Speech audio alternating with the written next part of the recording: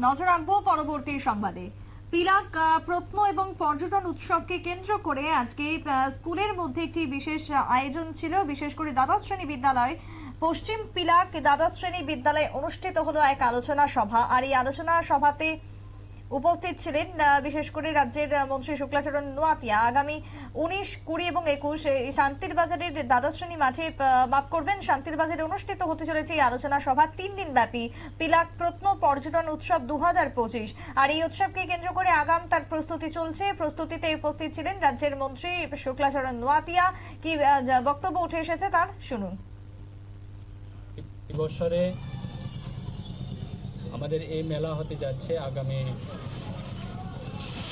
19 তারিখ জানুয়ারি, 20 তারিখ জানুয়ারি এবং 21 তারিখ জানুয়ারি 3 দিন ব্যাপী আমাদের এই মেলা হবে এবং দক্ষিণ ত্রিপুরা জেলার মধ্যে সবচাইতে বড়। আপনারা শুনলেন মন্ত্রী শুক্লাচরণ নোয়াতিয়ার বক্তব্য। আগামী দিনে এই অনুষ্ঠান বা আলোচনাকে কেন্দ্র করে ব্যাপক উৎসাহ রয়েছে। সকলেই অংশগ্রহণ যাতে করেন তার আহ্বান রাখলেন মন্ত্রী শুক্লাচরণ নোয়াতিয়া। ছোট্ট একটা বিরতির পর ফিরছি, সঙ্গে থাকুন।